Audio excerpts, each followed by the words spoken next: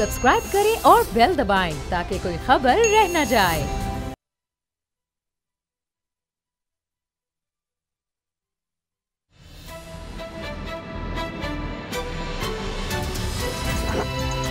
अब पता चला। अब पता चला में आज आप जान सकेंगे, हनीफ अब्बासी को भी मिल गया relief. People's party Peshawar metro के पीछे, खिलाड़ियों के गलत मशवरे कप्तान को महंगे पड़ गए। सानेहा मॉडल टाउन में बुजदार की तलबी। इमरान खान का बयान मोदी के लिए वबाले जान। अस्सलामुअलैकुम नाज़रीन, प्रोग्राम अब पता चला में आपको खुश आमदीद कहेंगे। मैं हूं आपके साथ सहरिश जुहेब और इस वक्त लाहौर स्टूडियो से बाबू डोगर साहब हमें ज्वाइन कर चुके हैं। असद खरल साहब कुछ ही देर में हमें ज्वाइन कर लेंगे। आज हम प्रोग्राम का आगाज़ करेंगे मुल्क की मौजूदा सियासी सूरत हाल से। अगर हम सियासी सूरत हाल की बात करें तो कुछ सियासी रस्साकशी चल रही है। कभी हमें लगता है कि ऑपोजिशन का पलड़ा भारी है तो कभी लगता है कि हुकूमत का पलड़ा भारी है।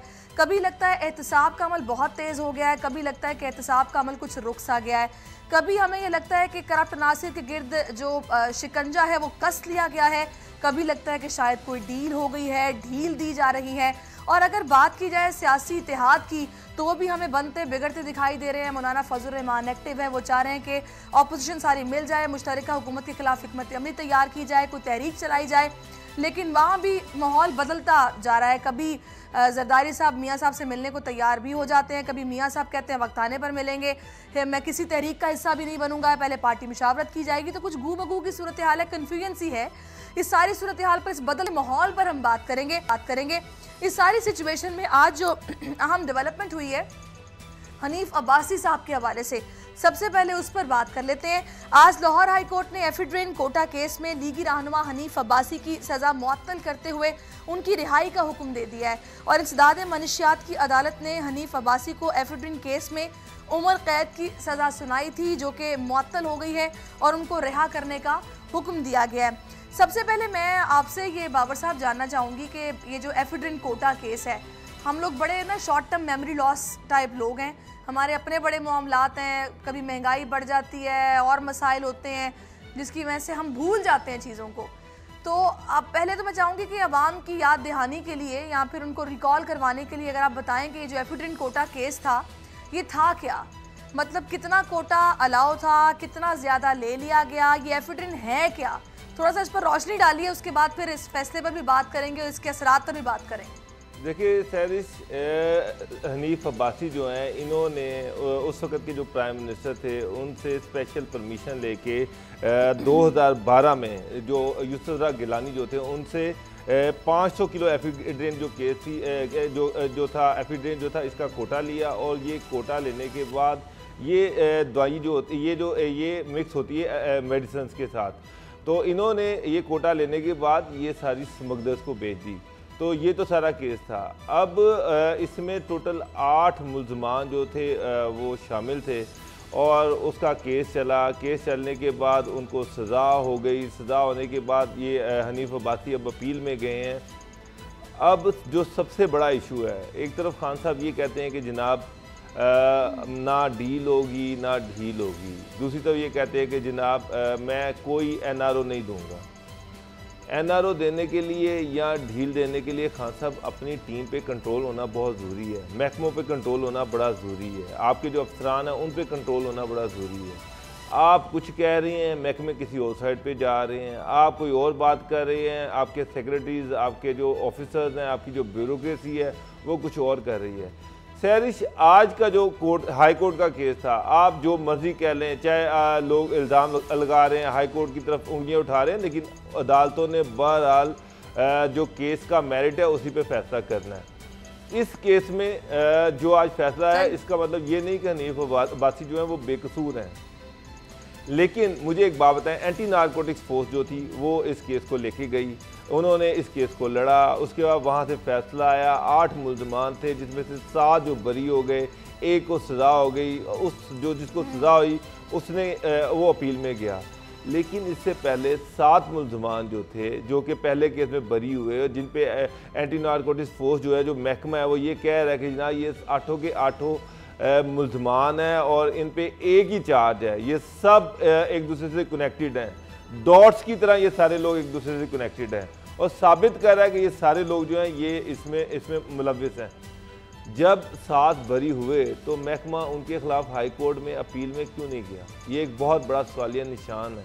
हर बंदा ये सवाल कर रहा है कि जब 7 मुल्ज़मान, क्या आप उनका टारगेट सिर्फ यही था कि हनीफ बासी को सज़ा दिलवानी है? बाकी मुल्ज़मान जो थे जब उनका क्विटल हुआ तो महकमे को हाई कोर्ट में चैलेंज करना चाहिए था, क्विटल नहीं किया गया। ये आज सबसे बड़ा नुक्ता था जो कोर्ट ने उनसे पूछा कि जनाब इस केस में 8 के 8 मुल्ज़मान जो थे उन पे एक ही चार्ज लगा, उनकी जो इन्वेस्टिगेटिव रिपोर्ट्स हैं उसके मुताबिक सारे एक दूसरे के साथ कनेक्टेड हैं। अगर 7 में से एक को सजा हुई, बाकी 6 को क्विटल हुई। मुझे ये बताएं कि ये आपकी किसी कानूनी माहिर से बात हुई है इस मामले पर? ये क्या वैलिड पॉइंट है जो उनकी तरफ से उठाया गया, उनके वकील की तरफ से, कि भाई ये मामला जो एंटी नार्कोटिक्स कोर्ट में चलना ही नहीं चाहिए था, इसको ड्रग कोर्ट में चलना चाहिए था? सर जी मेरी किसी एक्सपर्ट से तो बात नहीं हुई, लेकिन एक चीज़ जो सामने आती है वो ये है कि एंटी नार्कोटिक्स फोर्स चाहे ड्रग कोर्ट जो भी था, सज़ा जब हुई, जिनकी क्विटल हुई उनको क्यों नहीं एंटी नार्कोटिक्स फोर्स ने खुद से क्यों डिसीजन लिया कि वो इनके खिलाफ केस को परसूल नहीं करेगी? किन ग्राउंड्स की बुनियाद पर? कोर्ट के ये सवालात थे, लेकिन एंटी नार्कोटिक्स फोर्स के पास कोई जवाब नहीं था उसका, जिसकी बुनियाद पर ये जो लैकुनास रह गए थे। फिर वही बात है ना, फिर वो विक्टिमाइज करने की जो बातें फिर की जाती हैं कि विक्टिमाइज किया जा रहा है, हमें ही सिर्फ निशाना बनाया जा रहा है, ये फिर वो वाले मामला फिर आ जाते हैं कि इस तरह की चीज़ें होंगी। जिस तरह आप बता रहे हैं कि पॉइंट रेस किया गया कि बाकियों को क्यों छोड़ दिया गया, फिर उसके उनके पीछे ये लोग क्यों नहीं लगे? बात सिर्फ ये है कि आज जो हनीफ अब्बासी के जो वकील थे उन्होंने कहा कि इनको सियासी बुनियाद पर विक्टिमाइज किया गया है, सियासी बुनियाद पर इनको सज़ा हुई है और ये अकेले जो थे इनको सज़ा हुई, बाकी 7 बंदे जो इनके साथ शरीके मुलजिम थे, जिनके बारे में एंटी नार्कोटिक फोर्स का ये कहना था कि इनके बगैर ये सारा कुछ नहीं हो सकता था, उनके खिलाफ एंटी नार्कोटिक फोर्स जब उनकी क्विटल हुई तो क्यों नहीं हाई कोर्ट में गई? अब हर केस में कोई ना कोई स्टोरी है, हर केस के अंदर कहीं ना कहीं महकमे जो है कोई ना कोई ऐसी चीज़ कर देते हैं जिसका अल्टीमेटली फ़ायदा जो है वो मुल्ज़मान को हो रहा है। मेरा सवाल ये है कि गवर्नमेंट कहाँ पे सो रही है? गवर्नमेंट को आज उस एक्शन लेना चाहिए। एंटी नार्कोटिक फोर्स में कौन लोग जिम्मेदार हैं, कौन लोग डिसीजन मेकिंग कर रहे हैं, किन्होंने ये फैसला किया कि जनाब ये जो लोग हैं इनके खिलाफ हमने अपील में नहीं जाना, अगर नहीं गए तो क्यों नहीं गए? तो आज एक बहुत बड़ा एक पॉइंट था, एक लकूना था, जिसकी वजह से आज जिसको एज मिला और हनीफ बासी को उसमें उनको क्यों छोड़ दिया गया, बिल्कुल ये एक पॉइंट था। नहीं तो बाबर साहब मुझे एक बात बताएं, कुछ इनके सेहत के भी तो मामलात आज जेर बहस आए ना, ये कुछ रोज पहले इन्हें मुंतकिल किया गया था अस्पताल, इनको शायद दिल की तकलीफ हुई थी, तो सेहत के हवाले से क्या खबरें आपके पास? ये कोई मतलब मियाँ साहब वाला सीरियस मैटर है या फिर क्या समझ आ रही है आपको, क्या आप तक क्या खबर पहुंची है? हमारे जितने भी पॉलिटिशियंस हैं, वो बड़े बड़े लोग हैं, जो बड़े बड़े नाम हैं, ये जब भी जेल में जाते हैं ना, इनको कुछ ना कुछ हो जाता है। चाहे शर्जील आसिम है, चाहे शर्जील मेमन है, चाहे डॉक्टर आसिम है, चाहे शहबाज शरीफ हैं, चाहे नवाज शरीफ हैं। शहबाज शरीफ पूरे पाकिस्तान में भागे फिर रहे हैं, लंदन तक पहुंच गए हैं, लेकिन जब उनको कमर दर्द थी तो उस वक़्त जब वो जेल में थे उस वक़्त रेगुलरली उनको कमर दर्द शदीद होती थी और वो उस कमर दर्द में भी भागे नेशनल असम्बली के इजलास में पहुंचते थे। जो ही रहा हुए हैं उसके बाद आप देख लें नेशनल असम्बली के इजलास में गए ही नहीं है वो। और जनाब अभी तो आज फवाद साहब भी बोल रहे हैं कि दुआ करें कि वो लंदन जाके बीमार ना हो जाए, ये ना हो कि वो वहीं बैठ जाएं कि मैं अब यहाँ आके बीमार हो गया हूँ। अच्छा मुझे एक बात बताएं, वैसे बाबर साहब, सियासी मामलात अपनी जगह पर, अदालती मामलात अपनी जगह पर, आज सुबह ये खबर आई, आपको पता है कि जब भी कुछ तरह की खबर आती है किसी भी फैसले के हवाले से तो उसके बाद हेडलाइंस चलती हैं, सुर्खियां चलती हैं, चैनल्स पे भी चलती हैं, अखबारों में भी आती हैं। मुझे ये समझ नहीं आती कि मामला जो है वो अदालती होता है, लेकिन जो हेडलाइन बनती है वो कुछ इस तरह की बनती है, नून लीग को एक और रिलीफ मिल गया। ये मुझे इस बात की समझ नहीं आती कि ये अदालती मामला है, इसमें ये सियासी पहलू किधर से आ जाता है कि भाई नून लीग को एक और रिलीफ मिल गया। क्या ये इंडिविजुअली मतलब देखा जा रहा होता है या फिर वाकई सियासी पहलू होता है कि जमात के तौर पर देखा जा रहा होता है कि भी हाँ एक रहनुमा को रिलीफ मिला है, आगे चल के औरों को भी रिलीफ मिलता जाएगा, तो ये शायद नून लीग के लिए एक रिलीफ है, या फिर आता धचका एक? देखिए सैरिश, जब पीटीआई ने इल्ज़ामात लगाए PMLN पर कि ये सारे करप्ट हैं, ये करप्ट का टोला है, चाहे शरीफ फैमिली है या इनकी जो कैबिनेट मेंबर्स हैं या जो भी लोग हैं वो सारे करप्ट हैं, तो उसके बाद एक चीज़ हम भी यहाँ पर कहते रहे हैं कि नून लीग ही क्यों, पीटीआई को भी हाथ पढ़ना चाहिए, फिर पार्टी को जो भी करप्ट है अक्रॉस द बोर्ड उन सबको पढ़ना चाहिए। हुआ ये कि एक ही टाइम में ये सारे केसेस स्टार्ट हुए, चाहे वो शरीफ फैमिली के थे, चाहे हनीफ अब्बासी के थे, और ऊपर नीचे इनको सजाएं हो गई। तो तासुर ये चल रहा था जैसे नून लीग कह रही थी कि जी हमें विक्टिमाइज़ किया जा रहा है। उसके बाद हुआ ये कि ऊपर नीचे सभी की बेल्स होनी शुरू हो गई। हमजा शहबाज जो है उनको वो देख लें, उनको कोर्ट की तरफ से रिलीफ मिल गया, नवाज शरीफ को मिल गया, मरियम नवाज को मिल गया, शहबाज शरीफ को मिल गया, उसके बाद हनीफ अब्बासी को मिल गया। बात की जाए किसी मुलजिम के खिलाफ, बिल्कुल तो तासुर मजबूत तौर पर ये लगता है कि किसी मुलजिम के खिलाफ बात हो, मुजरिम मुलजिम या इनोसेंट है, इस पर बहस की जाए, उसकी जमात से वाबस्तगी देखी जाती है कि भाई अब ये नून लीग के हवाले से था, ये मतलब रहनुमा नून लीग का सीनियर था, तो भाई उस जमात को रिलीफ मिल गया है, या उस जमात के लिए एक और धचका कि भाई जनाब फलाना उनका रहनुमा पकड़ा गया है। पता नहीं ये अदालती मामलात को ये सियासी रंग क्यों दे दिया जाता है। बाद में भी कहा जाता है विक्टिमाइज किया जा रहा है, कोई पकड़ा जाए तो कहते हैं साजिश हो गई है, कोई छूट जाए तो फिर जनाब ये कहा जाता है कि देखें जी हम सुरखरू हो गए, आज हमारी फतह हो गई, सच की फतह हो गई। सैरिश, अगर इन लोगों को मेरिट पे देखा जाए ना, हनीफ अब्बासी जो है ना, इन्होंने जिस तरह से करप्शन की, इसकी भी बहुत ज़्यादा दास्तानें हैं। स्पोर्ट डिपार्टमेंट के ये चेयरमैन थे और वहाँ से इन्होंने जितना पैसा खाया है ना, मैं तो हैरान हूँ कि ये तो गवर्नमेंट वैसे ही नाअहल है। पीटीआई की गवर्नमेंट जो है ये कुछ नहीं निकाल सकते, ना इनका ब्यूरोक्रेसी पे कंट्रोल है, ना इनका अपने अफसरान पे कंट्रोल है, ना इनका अपने मिनिस्टर पे कंट्रोल है। खान साहब जो मर्जी कर लें, उनकी चॉइस ऑफ ह्यूमन रिसोर्स जो है वो इंतहाई पुअर है। हर वो बंदा जो जहाँ पर नहीं होना चाहिए वो वहीं पर है।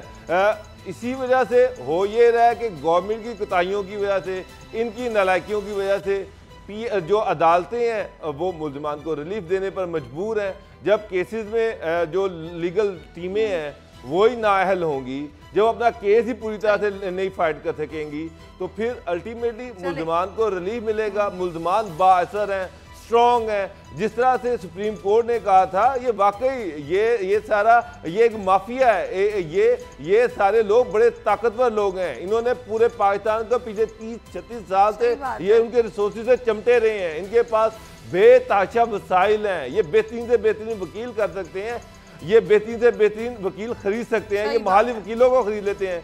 जहाँ तक देख ले शहबाज शरीफ है, ख्वाजा सारफी है, बार बार अंदाजा इस बात से लगाया जा सकता है ना कि जब कोई सबूत मिटाने होते हैं तो एलडीए में आग लग गई, फलानी जगह पर आग लग गई, ये कर लेते हैं, इसमें कोई शक नहीं है। ताकतवर लोग हैं, इन्होंने सालों हुक्मरानी की है।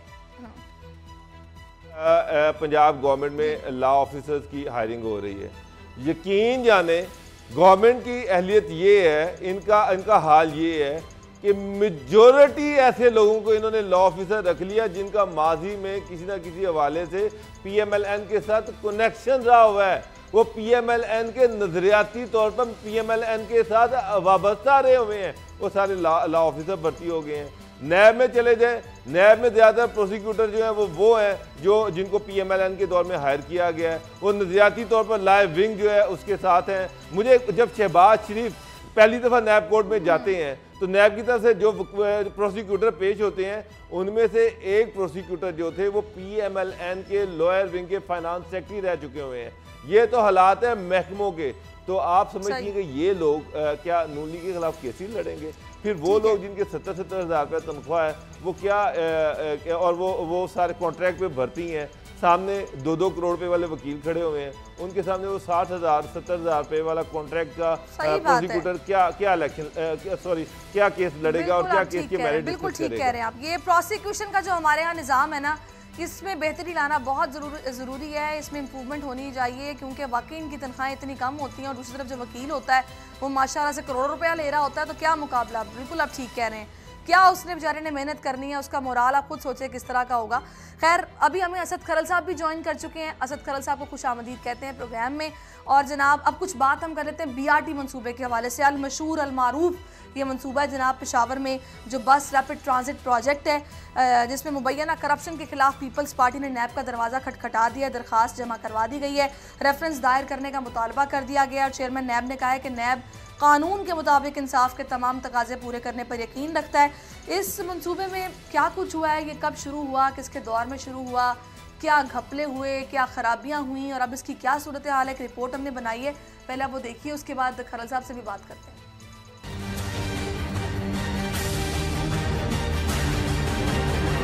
मंसूबे का नाम तेज रफ्तार, लेकिन काम सुस्त रवि का शिकार। चर्चा और खर्चा बहुत ही ज्यादा, फिर भी मंसूबा अधूरा। हम वो प्रोजेक्ट बनाने लगे हैं पेशावर में, इंशाल्लाह 100 साल वहाँ फायदा होगा पेशावर। पेशावर रैपिड बस मंसूबे की मुसलसल बढ़ती लागत, 37 अरब से 66 अरब तक का सफर, तकमील की तारीख अब भी नामालूम। हम वो प्रोजेक्ट बनाने लगे हैं पेशावर में, इंशाल्लाह 100 साल वहाँ फायदा होगा पेशावर। हकीकत यह है कि पेशावर में मेट्रो बस का पीटीआई के मंशूर में दूर दूर तक नहीं था कोई इम्कान। इसीलिए पंजाब में नून लीग के मेट्रो बस मंसूबे पर तनकीद करते थे कप्तान। आपको मेट्रो की जरूरत थी या बेहतर अस्पतालों की जरूरत थी? लेकिन फिर मेट्रो बस मामले पर भी तारीखी यू टर्न लिया गया। दावा ये किया गया कि पेशावर मेट्रो की दुनिया मिसाल दिया करेगी। हम वो प्रोजेक्ट बनाने लगे हैं पेशावर में, इंशाल्लाह 100 साल वहाँ फायदा होगा पेशावर। पेशावर मेट्रो मिसाल तो बनी है, गुड ना सही बैड गवर्नेंस की ही सही। देखना यह है कि बदनामी के इस बमर से तब्दीली सरकार अब कैसे निकलती है। जनाब, रिपोर्ट आपने मुलाहिजा की है।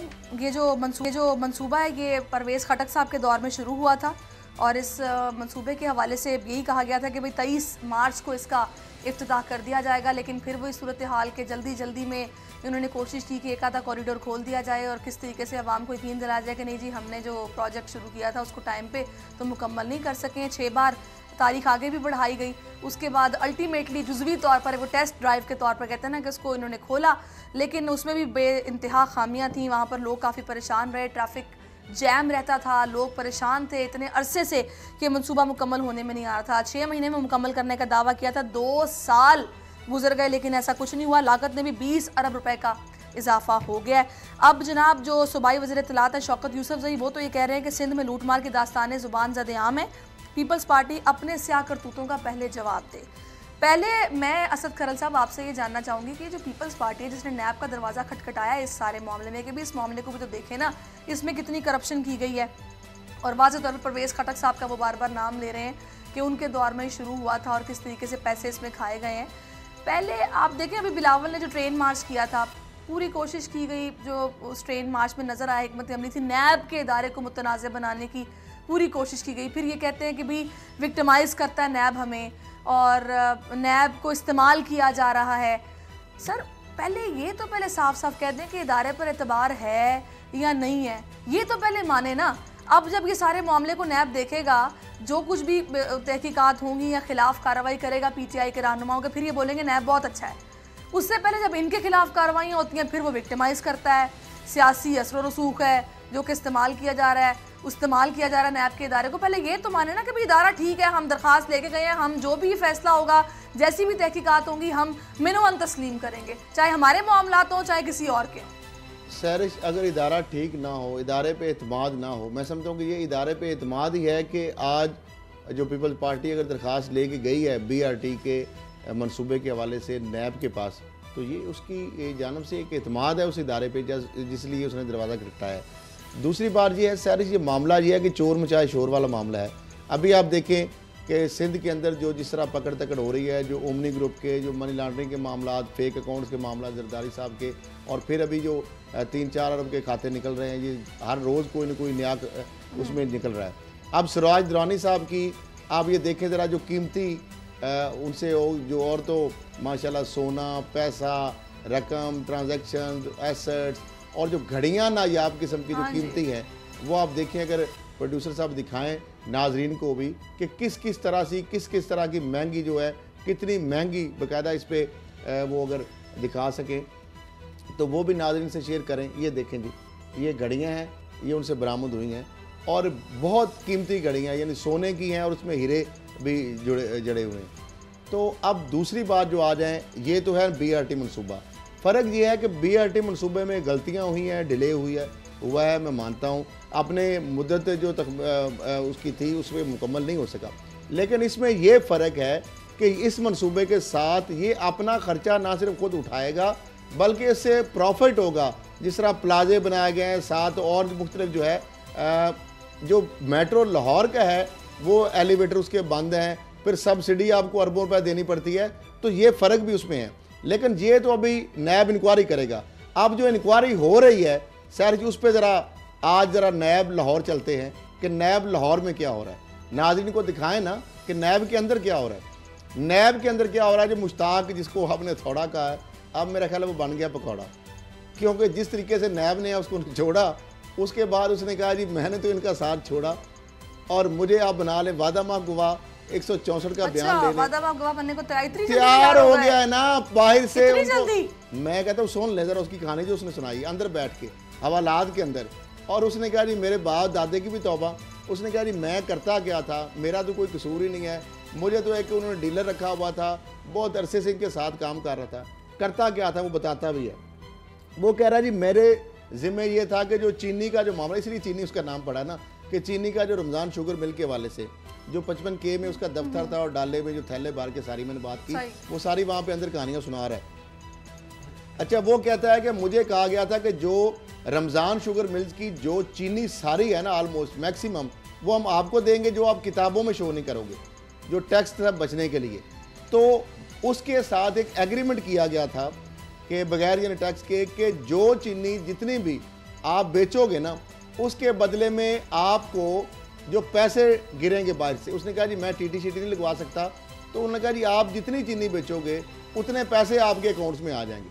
अच्छा, उसके अकाउंट में जो पैसे आएंगे, अब बेड़ा गर्क यहाँ से हुआ कि जिन लोगों के कार्ड इस्तेमाल किए गए, अब वो 80 से 90% वो लोग थे जिनके नाम बाहर जाना तो दूर की बात है, उनके कभी पासपोर्ट भी नहीं बनेंगे। यहाँ से जो भांडा फूटा। अब वो मुश्ताक साहब ये कहते हैं कि मेरा तो कसूर है इतना और मुझे जनाब माफ़ी दे दी जाए, मेरे से 164 का बयान ले लें, मुझे मजिस्ट्रेट के पास ले जाएं, जो भी आप मुझसे करना चाहते हैं, मेरा इसमें कोई कसूर नहीं। मेरा सिर्फ ये कसूर है कि मैं पैसे लाता था, देता था, करता था सारा, और फिर उसके बाद अगली सुन ले कहानी, 4 से 5 अरब रुपए की ये जो घुमाया गया सारा जो सीड मनी जो जिससे कंपनियां बनाई गई, यानी हराम के पैसे से दर्जनों के हिसाब से कंपनियां बनाई गई। तो वो भाई वो तो कौम की है, पाकिस्तान की, वो तो अब हमारी हैं, क्योंकि आपने तो अपना पैसा उसमें। शहबाज शरीफ साहब जो है अब्बा जी से उनको मिली थी 1 मिल। ये मैं कहानी वो सुना रहा हूँ जो नैब के अंदर दरो दीवार की हो रही है लाहौर में, जो हो रही कहानियाँ वो सुना रहे हैं और डॉक्यूमेंट बोल रहे हैं। तो उसने कहा अब्बा जी से 1 मिली थी और अब वो माशाल्लाह 4-5 बल्कि 80 से दर्जनों बन चुकी हैं। मैं इसलिए ज़रा मोहतात कर रहा हूँ। अब अरबों रुपए की प्रॉपर्टी जो वैल्यू कह रहे हैं अब तक जो मोहतात अंदाजे में मामला ये 100 अरब तक तकरीबन फैल चुका है और मज़ीद भी फैल सकता है। फिर वो ये कह रहे हैं कि जो शहबाज शरीफ साहब से हमने फ्लैट्स की बात की तो वो फ़्लाइट ले ली उन्होंने। उसके बाद वो कहते हैं कि 3 उनकी बीवियाँ हैं, 3 अहलियाँ हैं शहबाज शरीफ साहब की। शहबाज शरीफ साहब ये कहते हैं मैं बिज़नेस नहीं करता। अब्बा जी से उनको 1 मिल मिली थी। इसके वो हमने बता दिया कि 70-80 यूनिट किस तरह बन गया।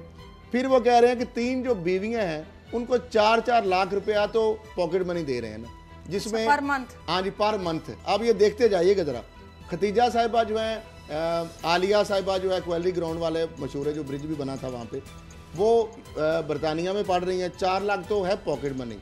फिर उसके बाद तहमीना साहबा जो है दुरानी साहबा DHA में घर और एक दामने को की तरफ वहाँ पे पहाड़ों में घर है, अच्छा वो उन्होंने बनाया वहाँ पे, और उनके 4 लाख उनको जा रहा है और नुसरत शहबाज साहबा को। अब ये इसके अलावा गाड़ियाँ असासे वो उसके अलावा हैं। अब ये शहबाज शरीफ साहब को जो पैसे गिरते थे मनो सलवा आगे से वो निकल जाता था, काम उनका बाजार कोई नहीं। कासम कयूम साहब जो हवाला डीलर हैं वो कहते थे मेरे पास तो थैले आते थे और मैं टीटियाँ लगा लेता था। अब उसके बाद जो चीनी साहब उन्हें जिस तरह मैंने बताया, मुश्ताक साहब जो है वो एग्रीमेंट की सारी मैंने बात की।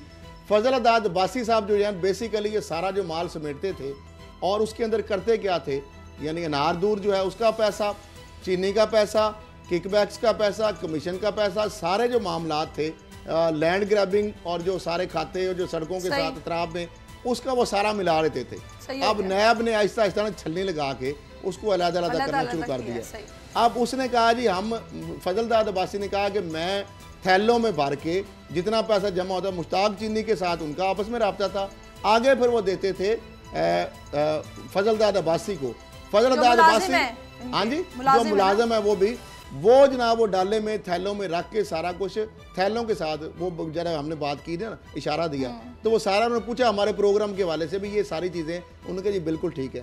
उसके बाद वो कहता है कि हमने ये सारी चीज़ें लेके जाते थे और उसके बाद अब ये मुझे बताएं कि 4 अरब रुपए तकरीबन 2000, इसमें एक और बड़ी इंपॉर्टेंट बात है कि जो डायरेक्टर्स हैं बेसिकली हमजा शहबाज शरीफ साहब, सलमान शहबाज शरीफ साहब, और इनके अकाउंट में जो पैसे आते थे ना और उसके बाद कैश जो है निकलवा दिया जाता था।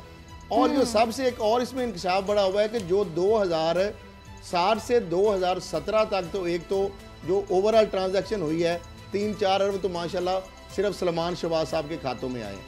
फिर उसके बाद 2007 से 14 तक नुसरत शहबाज साहबा ने जो घर 96 एचएन है वो तो अब हमारा हो गया, 1-2 ईंटें हमारे हिस्से में भी आ जाएंगी। वो नैब ये कहता है कि वो सारा ही हराम की लूट मार की कमाई का बना है, जो नुसरत शहबाज शरीफ साहब का जो पैसा सारा मनी लॉन्ड्रिंग के जरिए 96 की तमीर मुरम्मत एक ईंट उसकी जो है वो लूट मार के पैसे। माजरत के साथ असद साहब थोड़ा सा आपको रोकूंगी, ये सारा कच्चा छटा जो नैब के अंदर से आपको मिला है ना, ये आप इस डिटेल मजीद अपनी जो है वो हमें दीजिएगा, लेकिन एक ब्रेक हम ले लेते हैं। ब्रेक के बाद वापस आएंगे, पूरी स्टोरी सुनेंगे कि ये जो चीनी साहब हैं, मुश्ताक चीनी साहब, इन्होंने क्या 164 का बयान देने को जो तैयार हुए हैं, क्या क्या कहानी बताई है आफ्टर दिस ब्रेक।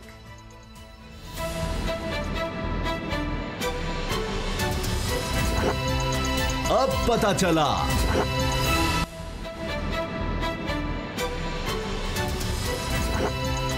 अब पता चला। वेलकम बैक नाजरीन। ब्रेक से पहले बात हो रही थी मुश्ताक हथौड़ा साहब की, जो कि मुश्ताक चीनी भी जिन्हें कहा जाता है, जो कि दुबई फरार होने की कोशिश कर रहे थे, उन्हें धर लिया गया, नैब ने उन्हें पकड़ लिया, जिसके बाद असद खरल साहब की खबर यह है कि भाई उन्होंने 164 का बयान देने को वो तैयार हो गए हैं। अब ये खरल साहब अगले ही सुन लेना 164 मैं चाह रही हूँ बाबर साहब को भी शामिल कर लेते हैं। बाबर साहब, ये अभी आपने सारी खबर सुनी है खरल साहब से कि 164 का बयान देने को वो तैयार हो गए हैं। वैसे तो हमारे मुल्क में जो ये करप्शन के केसेस की हिस्ट्री रही है, तो ये वादा मुआफ गवाह के साकदार जैसे तो नहीं बनने की कोशिश कर रहे कि बाद में ये फ्यूचर में फिर ये बोले कि भी मुझे तो दबाव के जरिए इस तरह का बयान लेने की कोशिश की गई थी। आपको क्या लग रहा है ये किस तरह के वादा मुआफ गवाह वो भी एकदम बनने को तैयार हो गए? साकदार साहब भी हुए थे ना, आपको याद होगा। सैरिश, जितने भी इन तमाम केसेस में जितने भी गवाहान जो इस तरह से पकड़े गए हैं वो फौरी तौर पर वादा माफ गवाह बन जाते हैं। जो ही नैब उनको पकड़ रहा है तो वो फौरी तौर पर वादा माफ गवाह बनते हैं। और लेकिन जब आगे प्रोसीडिंग स्टार्ट होती है तो उसको ये भाग जाते हैं जनाब, हमें तो प्रेशर में अंडर कोर्जन हमसे ये बयान दिलवाए गए थे, वरना हमें तो ये हमारा तो ये मकसद था ही नहीं हमसे इस तरह की। लेकिन असल चीज़ जो है इसहाक डार वाला आप जो आपने केस कहा है, अगर आप इसहाक डार जो वादा माफ गवाह बने थे उसमें इसहाक डार साहब ने जो जो चीज़ें बताई गई थी और उनको जब वेरीफाई किया गया, जिस तरह से मनी लॉन्ड्रिंग होती रही है उस सारे वो जो केस था उस सारे केस में इसहाक डार साहब ने जो जो नाम लिए, जिस जिस तरीके से मनी लॉन्ड्रिंग कराई गई, जो डॉट से डॉट मिले थे, असल चीज़ तो वो थी। असल चीज़ें बात ये नहीं होती कि मुश्ताक साहब क्या कह रहे हैं, असल इशू ये है कि जो वो कह रहा है नैब ने उसको वेरीफाई करना है, एक स्टेप आगे जाना है, उसकी दी गई इंफॉर्मेशन के मुताबिक उसको तफ्तीश को आगे बढ़ाना है। जो मुश्ताक चीनी जो बातें कर रहा है कि किस तरह से पैसे दिए जाते थे, किस तरह से वो चीनी बेचता था, उस तरह से किस तरह से वो पैसे जो थे अल्टीमेटली मुस्लिम अकाउंट्स के ज़रिए से वो बाहर जाते थे, बाहर से वो टीटी होके फिर वापस आते थे और आके इनके अकाउंट में वापस आ जाते थे। अब ये जो सारा रिकॉर्ड है, जिस तरह से वो पैसा आता रहा, बैंक वहाँ पर मौजूद हैं, यहाँ से पैसा किस तरह से किसकी राह से जाता रहा, असल चीज़ नैब की तफ्तीश है कि नैब ने डॉट से डॉट मिलाने हैं। खाली इनके बयानात पे सज़ा नहीं होनी, जो सज़ा होनी है वो होनी है जो इसका पूरा ट्रैक रिकॉर्ड बनेगा, जो डॉट कनेक्ट होंगे। जिस तरह से जरदारी साहब के डॉट कनेक्ट हुए हैं कि फेक अकाउंट जो थे बनाए क्यों गए, पैसा आता कहाँ से था, पैसा जो आता था वो जाता कहाँ पर था, और बैंक जहाँ बैंकों में जो पैसा आया है, हमजा शहबाज के बैंक में अकाउंट्स में जो पैसा आता रहा है, सलमान शहबाज के अकाउंट में जो पैसा बाहर से टीटी की सूरत में आता रहा है, शहबाज शरीफ के अकाउंट में जो पैसा आता रहा है, यहाँ से पैसा बाहर जाता रहा, बाहर से पैसा आता रहा है, तो वो पैसा का रिकॉर्ड तो मौजूद है। सबसे पहली चीज़ ये कि नैब अब इन लोगों से ये जो आपने डॉट्स मिलाने की बात की है ना बाबर साहब, ये बिल्कुल ठीक बात है। देखिए अब ये बंदा अगर बाद में मुकर जाता है वो एक अलग बात है, जो सागदार साहब वाले मामले में हुआ था, लेकिन मुकरने वाला इशू नहीं है। अच्छा, इशू ये है कि ये पकड़े गए रंगे हाथों। अब इनका ये वतीरा है और ये साजिश है, और नैब ने पहली दफ़ा ये साजिश पकड़ ली है। पहले आपने देखा सरार सईद को उन्होंने वादा माफ गवाह बनाया और वो गायब हो गया और वो जाके LDA में बैठा हुआ है। अब ये मुश्ताक साहब जो हैं, जो कह रहे हैं कि जो मैं पैसे उनको देता था ना, उसको लोन जाहिर किया जाता था, यानी उनके पैसे चीनी बेच के उनको लोन देता था, यानी इस तरीके से। और HBL के जो बैंक थे ना, जो आप कह रहे हैं बाहर से आते रहे, बाहर से आते रहे, ये तो फ्रॉड साबित हो गया ना कि 80% लोग जो है उससे जायद है, उनके ना पासपोर्ट है ना वो कभी बैरून मुल्क गए हैं। तो इसका मतलब है ये तो बैंक वाले भी साथ मिले हुए थे और यहाँ से ये सारा घुमाया जा रहा था। महबूब अली जो है, जो इनके लिए पैसे भिजवाता रहा है, लंदन से TT करवाता रहा है हमजा शहबाज को पैसे, उसका वीजा ही नहीं है, उसका आज तक वीजा बना ही नहीं, उसका पासपोर्ट लगा ही नहीं, वो आज तक लंदन गया ही नहीं, लेकिन अरबों रुपए की TT जो है उसने हमजा शहबाज को भिजवाई है पाकिस्तान में। तो इसका मतलब ये फेक सारा काम और 2 बैंक मिले होते। लेकिन साथ अगली बार सुन ले डोगर साहब, जो वादा माफ गवाह बनने की उसने ऑफर की है ना, नैब ने उसको मुस्तरद कर दिया, क्योंकि इन्होंने ये कहा कि ये वादा माफ गवाह बन के फौरी बाहर निकलवाएं और उसके बाद इसको रफू चक्कर कराएं, जिस तरह पहले भगवा रहे थे। अब नैब को भी समझ आ रही है कि इस तरीके से अब हम जाने इनको नहीं देंगे।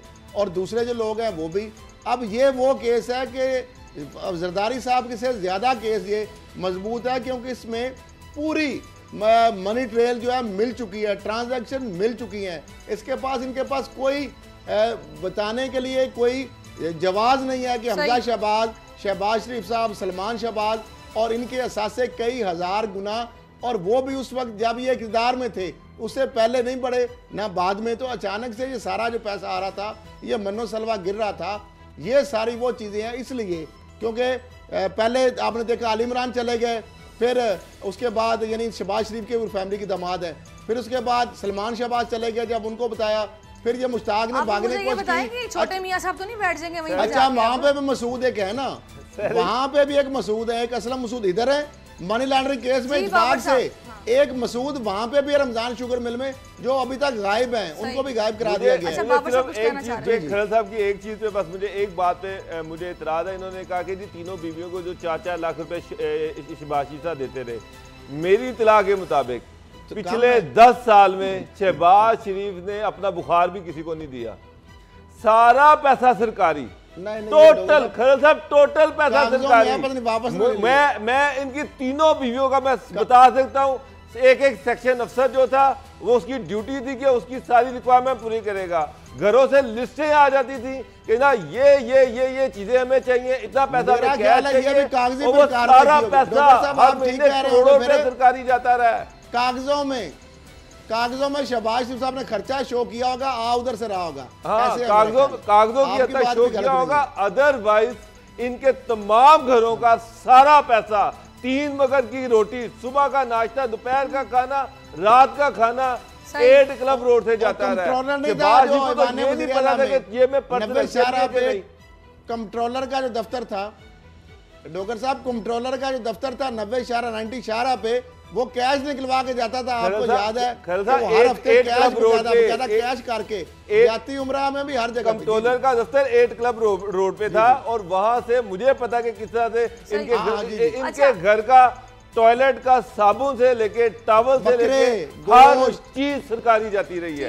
1 रुपया पिछले 10 साल में अपनी जेब में अब तो सारे मामलात खुल रहे हैं ना। अब जब ये सारे मामलात खुल रहे हैं, और मुझे एक बात बताएं, अब मैं तीसरी स्टोरी की तरफ आ जाती हूँ ना अपनी, छोटे मियाँ साहब के हवाले से ही है। वज़ीर आज़म इमरान खान एक तरफ तो जो मईशत को संभालने की कोशिश कर रहे हैं, जो मईशत ऑपोजिशन का कहना है कि डूब रही है, इनकी नाकामी है, उसी सूरत हाल में वो ये कह रहे हैं कि अपने ही खिलाड़ियों के गलत मशवरों से वो परेशान दिखाई दे रहे हैं। इस बात का उन्होंने एतराफ़ कर लिया है कि भाई जो शहबाज शरीफ साहब हैं, साथियों ने शहबाज शरीफ को चेयरमैन PAC लगाने का जो मशवरा दिया वो गलत था। शेख रशीद साहब चीखते रहे लेकिन उनको लगा दिया गया। उन्होंने कहा इसके साथ साथ कप्तान के खिलाड़ी ब्यूरोक्रेसी के खिलाफ भी फट पड़े। सब मंजरनामे से एक बात साफ नजर आती कि हुकूमत की कारकर्दगी पर वज़रा के गलत मशवरे और ब्यूरोक्रेसी की रुकावट हायल है। इमरान खान साहब जिनका ये टारगेट था कि भी करप्शन जो है उसका खात्मा करना है, करप्ट नासिर को किसी सूरत छोड़ा नहीं जाएगा। जितने करप्ट नवाज शरीफ साहब थे, जरदारी साहब थे, उतने करप्ट शहबाज शरीफ साहब थे। उन्होंने अगर शहबाज शरीफ साहब को चेयरमैन पीएससी लगाया तो इसलिए लगाया ना कि सिस्टम चले। तो ये कैसे मुमकिन था कि वो चेयरमैन पीएससी लग जाते, पेशियां भी भुगतते, चुप भी रहते, सिस्टम तो चल ही नहीं सकता था। अब वो इस बात का इतराफ़ कर रहे हैं कि भाई मैंने ये लगा के मशवरा मुझे गलत मिला था, मैंने गलती की है। मैंने सर यही कहा था उस वक्त भी प्रोग्राम में कि डॉक्टर साहब भी फिर इस पर बात करेंगे कि खान साहब के जो कुछ लोग उनकी कैबिनेट में हैं, उनके अपने मामलात आपको पता है, खुसरो मुख्तियार साहब, जहांगीर तरीन साहब, खटक साहब और बहुत सारे जो स्पीकर, असद कैसर साहब उनको इल्ज़ाम नहीं है लेकिन जाहिर बात है वो भी उधर से बिलोंग करते हैं। तो उन्होंने खान साहब को डराया और उनका ये सिस्टम नहीं चलेगा, क्योंकि उनको भी ये था कि हमारे खांचे ना कहीं बंद हो गए। मामला ये है कि इमरान खान साहब को ये बिल इदराक हुआ कि ये गलत फैसला था। उसके बाद आपने जी कहा ना कि करप्शन वालों के साथ अब कट हो रहा है। मियाँ मनशा साहब के घर जो हैरल्ड के साथ है उनका, इसहाक डार साहब जो मनी लॉन्ड्रर और सारा, और मियाँ मनशा साहब, अब देखें गठ जोड़, यानी उधर सर जोड़ के बैठे हुए हैं। फिर वहाँ पे शहबाज शरीफ साहब बैठे हुए हैं। आज अजमेर रोड पे सलमान शहबाज साहब की एक दो दफ़ा वहाँ पे आमदोरफ्त हुई है, उनकी फैमिली की आना जाना।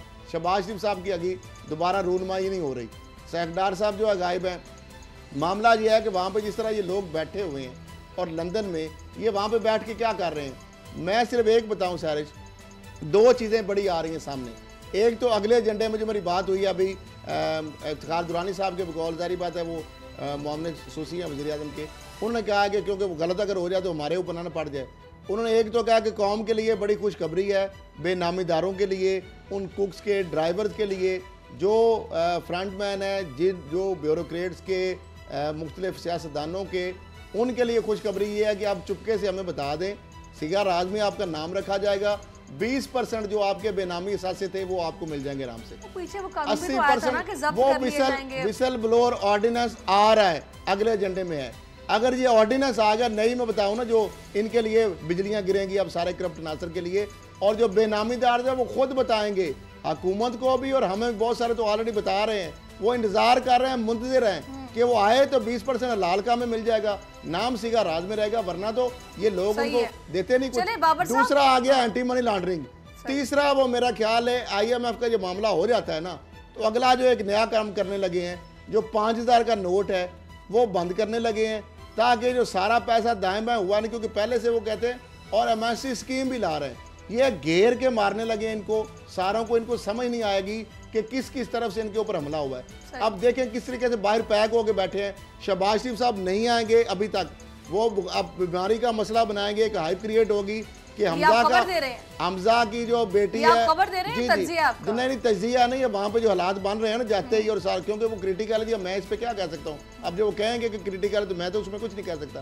क्रिटिकल सिचुएशन है, सलमान शहबाज के बच्चे की क्रिटिकल सिचुएशन है, लिहाजा शहबाज शरीफ साहब की अपने मामलात भी हैं, इसलिए वो उधर रह रहे हैं, तो बच्चों को लुक आफ्टर कर रहे हैं। अली इमरान साहब वहाँ पे बैठे हुए हैं। हमजा शहबाज इस बेस पे भागने की कोशिश करेंगे कि देखें जी अब मामला ये सारी सियासत जो है ना, करप्शन लूट मार के बजाय बीमारी के ऊपर ह्यूमन एंगल इसमें डालेंगे। मुझे बाहर जाने दिए। बाबर साहब, ब्यूरोक्रेसी भी रुकावट बनी हुई है जो कि हायल है हुकूमती कारकर्दगी पर, और दूसरा वुज़रा जो है उनके गलत मशवरे भी आ गए हैं। आप अक्सर हुकूमती कारकर्दगी पे बात करते हैं ना, कभी बिल्कुल ना अहल है, बिल्कुल कुछ नजर ही नहीं आ रहा है, अब उन्होंने वजूहात बता दी हैं। मुझे हंसी आ रही थी कि वुज़रा ये पीट रहे हैं कि जी ब्यूरो काम नहीं कर रहे। यकीन जाने एक अफसर एक ट्रांसफर की मार होता है। अभी आप सेक्रेटरी किसी कोई भी एक सेक्रेटरी पकड़े, उसे कहे भाई कल तो बलूचिस्तान पहुँच जाना है, अगर आप उसको इतना कह दे तो उसको वो समझ लेगा उसकी माँ मर गई, और वो जो आप कहेंगे वही कर देगा। बलूचिस्तान जाने को कोई तैयार नहीं है।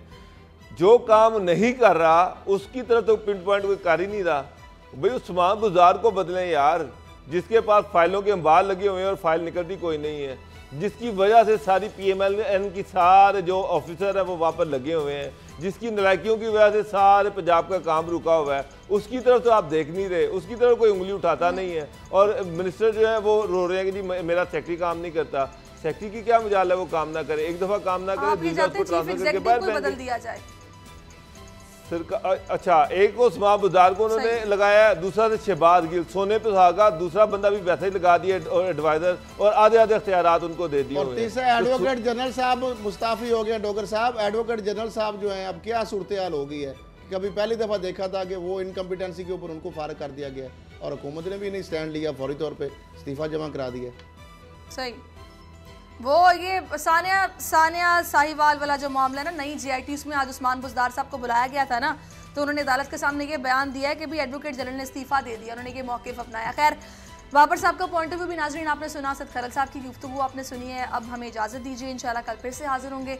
कल तक के लिए अल्लाह हाफ़िज़।